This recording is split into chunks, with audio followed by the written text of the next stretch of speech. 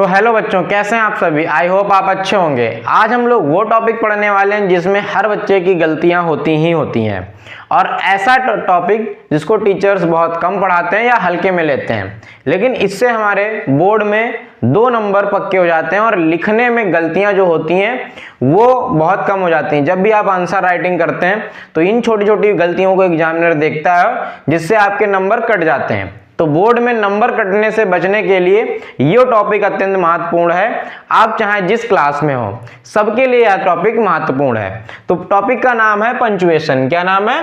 Punctuation. तो punctuation में हम लोग ये पढ़ते हैं कब कौन से अक्षर में कौन सा वर्ड कैपिटल लेटर रहेगा, कौन सा वर्ड स्मॉल लेटर रहेगा।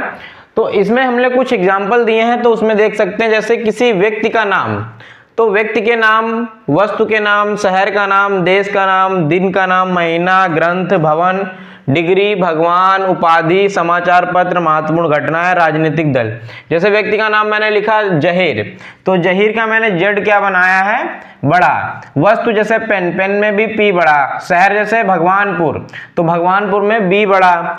अगला देश का नाम भारत, भारत में बी बड़ा। दिन का नाम वेडनेसडे, तो इसको वेडनेसडे ना बोलकर वेंसडे बोलते हैं। वेंसडे में डब्लू बड़ा है। जनवरी में जे बड़ा है। रामायण में आर बड़ा है। रेड फोर्ट में आर बड़ा है। ऐसे ही डिग्रियों के नाम जैसे बीए और एमए हो गया। भगवान का कभी भी नाम सेंटेंस में कहीं पर भी आ जाए तो जी हमेशा बड़ा ही बनाते हैं। जैसे उपाधि का नाम जैसे पद्म श्री बिस्मिल्लाह खां, वैसे बिस्मिल्लाह खां को पद्म भूषण, पद्म विभूषण और पद्म श्री तीनों मिले हैं, और आपके 9th क्लास की बुक में बिस्मिल्लाह खां का लेसन भी है। समाचार पत्र जैसे the Indian express, Dainik Jagran, Amar Ujala. बहुत सारी महत्वपूर्ण घटनाएं ऐतिहासिक जैसे the battle of Panipat, Panipat की लड़ाई। राजनीतिक दल जैसे कांग्रेस, बीजेपी, एसपी, बीएसपी।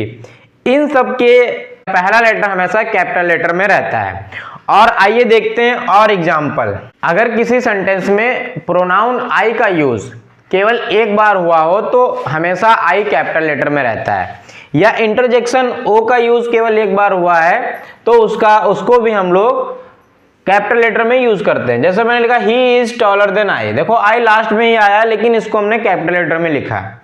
जैसे मैंने लिखा ओ माई गॉड, तो यहाँ पे ओ हमेशा क्या है? बड़ा है। अगर ओ बीच में भी आता तब भी हम लोग कैपिटल लेटर में ही लिखते हैं। अब यहाँ पे बात आती है किसी इंग्लिश पोएम का पहला लेटर, मतलब किसी भी इंग्लिश पोएम का पहला लेटर हमेशा क्या रहता है? कैपिटल लेटर में। जैसे लिखा है some says the world will end in fire and some says in ice. ठीक है, कुछ लोग कहते हैं कि वर्ल्ड जो है फायर से एंड होगा और कुछ लोग कहते हैं कि आइस से। तो यहाँ पे सम और सम हमें का पहला लेटर कैसा बना है? कैपिटल लेटर में। अब हम लोग सीखते हैं पंचुएशन मार्क्स। अब हम लोग देखेंगे कुछ पंचुएशन मार्क्स। तो पंचुएशन मार्क्स कुछ मेन हमारे ये हैं। जैसे पहला पंचुएशन मार्क्स होता है, सबको लोग जानते होंगे, फुल स्टॉप। तो फुल स्टॉप का प्रयोग हमेशा हम लोग वाक्य के अंत में कहते हैं। अगर कोई सेंटेंस है उसको कंप्लीट जब हो जाता है उसके बाद हम लोग फुल स्टॉप का यूज करते हैं। जैसे राम गोज टू स्कूल, तो हमने यहाँ पे लगाया फुल स्टॉप। या किसी के नाम को हम शॉर्टकट में लिखते हैं एब्रिविएशन के रूप में, तब हम ये इस फुल स्टॉप का प्रयोग करते हैं। जैसे मैंने अंकित कुमार गुप्ता लिखना है तो मैंने लिखा AK गुप्ता। अगला हमारा पंचुएशन मार्क्स है क्वेश्चन मार्क। अब क्वेश्चन मार्क तो आप सभी लोग जानते होंगे, जहां पर क्वेश्चन पूछा जाए, जैसे where, what, when, WH family के कोई भी वर्ड आते हैं उनमें हमेशा फुल स्टॉप ना लगकर क्या लगेगा? Question mark. अगला हमारा है कॉमा। कॉमा का मतलब होता है थोड़ी देर के लिए रुकना, या बहुत सारी चीजें एक साथ जब हमें दिखानी हो तो उन चीजों को एक एक अलग अलग दिखाने के लिए हम लोग क्या यूज करते हैं? कॉमा। जैसे यहाँ पे लिखा I bought Apple, comma banana and mangoes, तो यहाँ पर एप्पल और बनाना को अलग करने के लिए हमने कॉमा लगाया। ऐसे यहाँ पे लिखा आई वेंट टू आगरा, तो यहाँ पे हमें थोड़ा रुकना है, ठहरना है। एंड सॉ द ताज, और मैंने ताज देखा। अगला explanation exclamation mark. Exclamation marks में क्या होता है? विस्मयबोधक चिन्ह। विस्मयबोधक मतलब जहां पर एकदम खुशी या एकदम दुख प्रकट हो, वहां एक्सक्लेमेशन मार्क्स का यूज करते हैं। जैसे एलास के बाद हमने एक्सक्लेमेशन मार्क लगाया और लिखा आई हैव रूइंड, मैं बर्बाद हो गया। यहाँ पे लिखा wow you are great, wow के बाद हमने एक्सप्लेनेशन मार्क्स लगाया, विस्मयबोधक चिन्ह लगाया।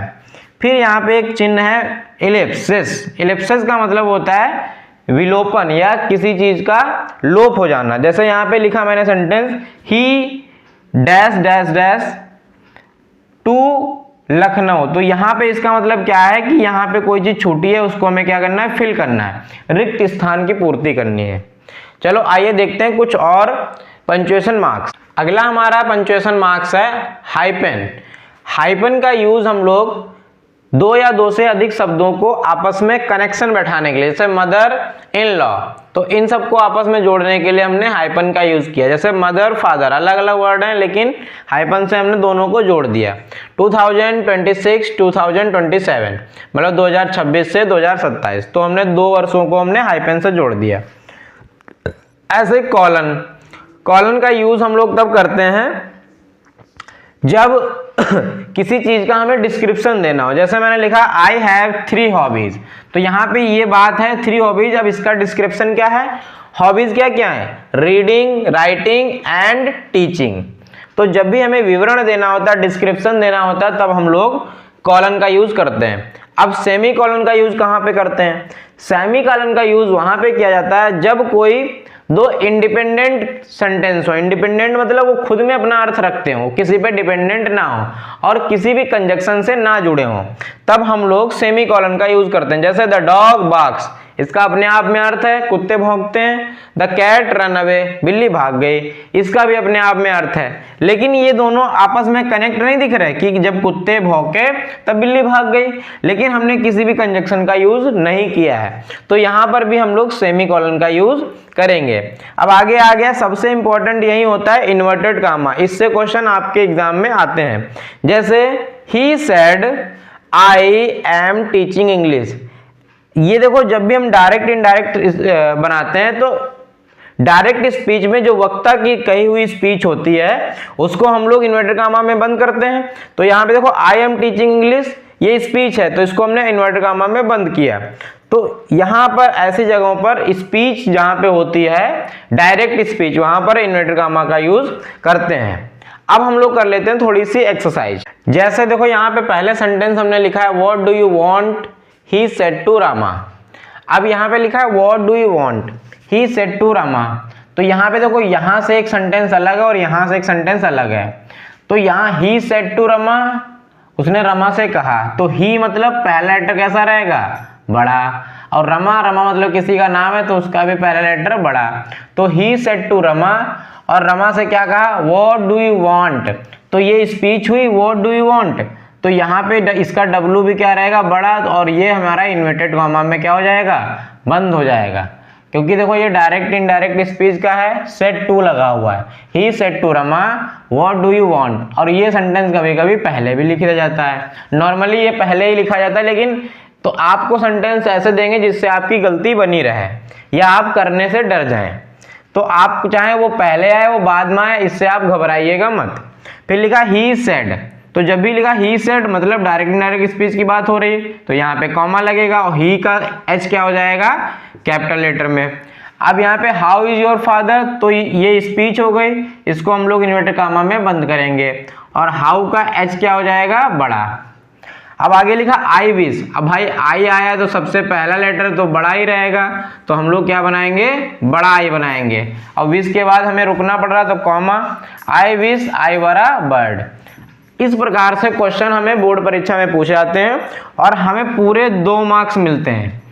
तो हमें लगता है कि ये टॉपिक ऐसा है जो सबसे सिंपल है और इसमें हम लोग आराम से 2 मार्क्स ला सकते हैं, लेकिन ये छोटा सा टॉपिक बहुत सारे लोग छोड़ के आ जाते हैं, तो आप लोग मत छोड़िएगा इस छोटे से टॉपिक को।